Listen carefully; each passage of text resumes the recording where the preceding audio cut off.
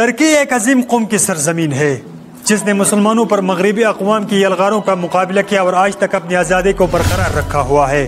ترکوں کا شمار ان عظیم قوموں میں ہوتا ہے جنہوں نے دنیا کے تاریخ پر گہرے اثرات مرتب کیے ہیں۔ ترکوں نے مشرق میں دیوار چین سے لے کر مغرب میں اسکندر تک حکومت کی، شمال میں کرینا سے جنوب میں حجار تک حکومت کی۔ ان علاقوں میں ترک نسل آج بھی آباد ہے۔ سلطنت عثمانیہ کون سی تھی؟ سلطنت عثمانیہ کی ابتدا کب ہوئی اور سلطنت عثمانیہ کا دور عروج کون سا تھا اور کون سے ممالک سلطنت عثمانیہ کے حصے میں آتے تھے کے بعد کیا ہوگا؟ میں ہوں شوکت نواز اور ہماری دنیا کی ترقی سلطنت عثمانیہ کی اس سیریز میں ہم آپ کو یہی سب دکھا رہے ہیں۔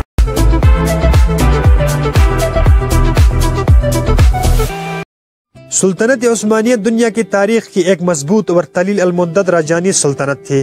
یہ سلطنت عثمانیہ ایک بہت بڑی اسلامی طاقت اور سپر پاور تھی جس نے مشرقی وسط، مشرقی یورپ اور شمالی افریقہ کے بڑے علاقوں پر 600 سال سے زیادہ حکومت کی تھی۔ سلطنت عثمانیہ کی ابتدا طویلے میں ترک قبائل کے ایک رہنما عثمان اول نے 1299 کے آس پاس سلطنت عثمانیہ کی بنیاد رکھی تھی۔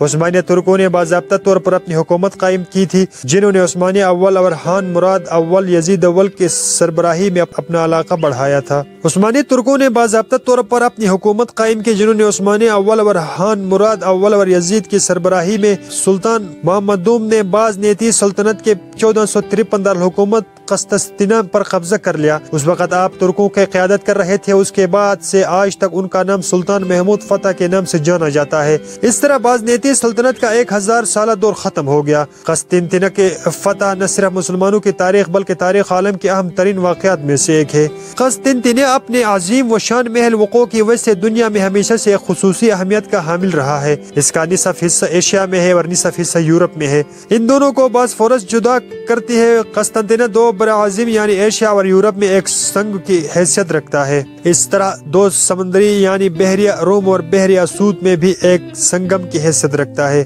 قسطنطنیہ جن 7 پہاڑوں پر آباد ہے ان سب کی چوٹیوں پر بڑے بڑے گنبد اور اونچے اونچے نکیلے مینار والے مسجدیں نمودار ہونا شروع ہو گئی۔ اس طرح عیسائیت کا یہ سب سے بڑا مرکز اسلام کا رنگ اختیار کرنے لگ گیا تھا جس کی وجہ سے اس کا نام اسلام بول اور پھر استنبول رکھ دیا گیا۔ یہ نام بھی سلطان محمد نے رکھا اور اسے سلطان عثمانیہ کا نیا دارالحکومت بنایا دیا۔ وقت گزرنے کے ساتھ ساتھ استنبول میں تعلیمی ادارے، مدارس اور کتب خانے بن گئے۔ استنبول تجارت اور ثقافت کا ایک غالب بین الاقوامی مرکز بن گیا۔ سلطنت عثمانیہ کا عروج۔ سلطنت عثمانیہ کا عروج تک یزید کا بیٹا سلیم اول شام، عربیہ، فلسطین اور مصر کے 1517 عثمانیوں کے زیر اقتدار لے آیا اور سلطنت عثمانیہ سلمان کے دور میں 1520 سے 1566 کے درمیان عروج پر پہنچی۔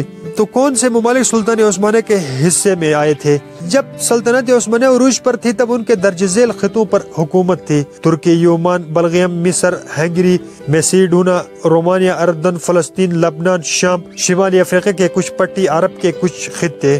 عثمانی فن، سائنس اور طب میں اپنی کامیابیوں کے لیے مشہور تھے۔ فن کی کچھ مشہور شکلوں میں خطاطی، مصری شاعری، ٹیکسٹائل، قالین بنانے، سمرقس اور موسیقی شامل تھے۔ عثمانیوں نے جدید ریاضی، فلکیات، فلسفہ، طبیعت، جغرافیہ اور کیمسٹری سیکھی اور اس پر عمل کیا۔ 600 سال سے زیادہ حکمرانی کرنے کے بعد عثمانیہ ترکوں کو آج بھی یاد کیا جاتا ہے۔ ان کو یاد کرنے کے پیچھے چند وجوہات ہیں جو درج ذیل ہیں۔ ترکوں کی طاقت اور فوج، نسل تنوع، فنکارانہ منصوبے، مذہبی رواداری، فن تعمیر، معجزے۔ مجموعی طور پر 36 سلطانوں نے 1299 سے 1222 کے درمیان سلطنت عثمانیہ پر حکمرانی کی۔ پہلے جنگ عظیم میں سلطنت عثمانیہ کو شکست کا سامنا کرنا پڑا۔ اس طرح سلطنت عثمانیہ کی دور حکومت کا خاتمہ ہو گیا تھا۔ یہی تک تھا ہمارا آج کی ویڈیو۔ امید کرتا ہوں ویڈیو آپ سب کو پسند آئی ہوگی۔ چینل کو سبسکرائب کرنا مت بھولیے۔ اپنا بہت سارا خیال رکھیے گا۔ اللہ حافظ۔